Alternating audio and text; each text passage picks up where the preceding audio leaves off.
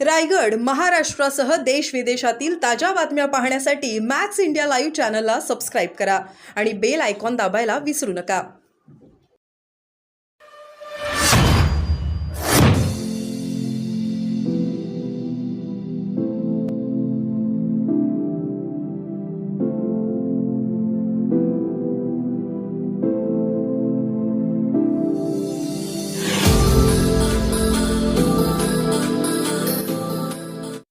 लाडक्या बहिणीला दगा देण्याचं षडयंत्र राज्य सरकार रचत आहे. एवढे पैसे कुठून देणार? आता मतं मिळवलेत, सत्ता आली, लाडक्या बहिणीचा उपयोग संपलेला आहे.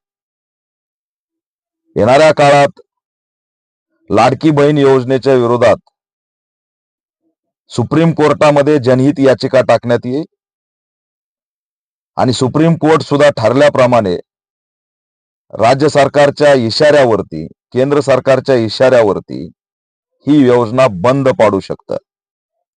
आणि याचं खापर आपलं जे सावत्र भाऊ आहे, विरोधी पक्ष, त्याच्यावर सुद्धा मारण्यात येऊ शकतं. एकंदरीत लाडक्या बहिणींनी आता त्यांच्या चपला रेडी ठेवल्या पाहिजेत, कारण त्यांची मोठी फसवणूक येणाऱ्या काळात झालेली आपल्याला दिसेल. राज्य सरकारने ही योजना महिलांना ज्या विश्वासाने काढली होती, ती योजना जर बंद करण्याचा प्रयत्न केला, सुप्रीम कोर्टाच्या माध्यमातून, जनहित याचिकेच्या माध्यमातून जर नौटंकी केली, तर ऑल इंडिया पॅंथर सेना सुद्धा लाडक्या बहिणीसोबत ठामपणे उभा राहून निवडून आलेल्यांचा समाचार घेतल्याशिवाय राहणार नाही, असा इशारा सुद्धा देत आहे.